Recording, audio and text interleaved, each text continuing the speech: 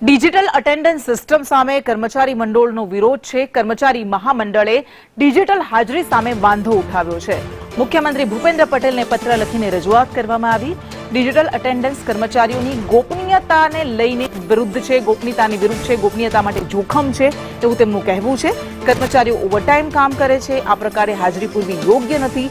ફિલ્ડમાં કામ કરતા કર્મચારીઓ માટે આ સિસ્ટમ બાધારૂપ છે। ડીએસ સિસ્ટમ અમને દાસ ગણી રહી છે। કર્મચારીઓ અને મંડળો સરકાર સામે વિરોધ નોંધાવશે તેવું મહામંડળનું કહેવું છે।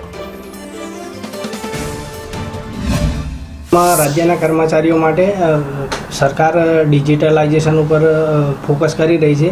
તે અનુસંધાને digital application system attendance system એટલે કે દાસ એટલે ગુલામ એ પ્રકારની એક નવી એપ્લિકેશન સિસ્ટમથી હાજરી પૂરવાનો એક નવા જ ટેકનોલોજીકલી વિકાસ કરી રહી છે।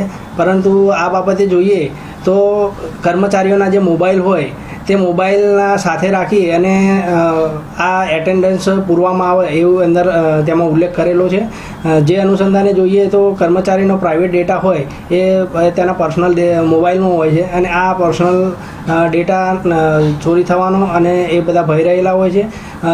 તથા સાથે સાથે કર્મચારી ઉપર એક અલગ જ પ્રકારની દેખરેખ રાખવાનું પણ આમાં જણાઈ આવતું હોય આ યોજનાનો અમે વિરોધ કરી રહ્યા છીએ। પ્રથમ તો સરકારશ્રી દ્વારા જે કર્મચારી જે યુઝર છે, જેના સ્ટેક હોલ્ડર્સ છે, એમના કોઈ સૂચનો લીધા વગર આ સિસ્ટમ લાગુ કરવાની બાબતે જાહેરાત કરી છે।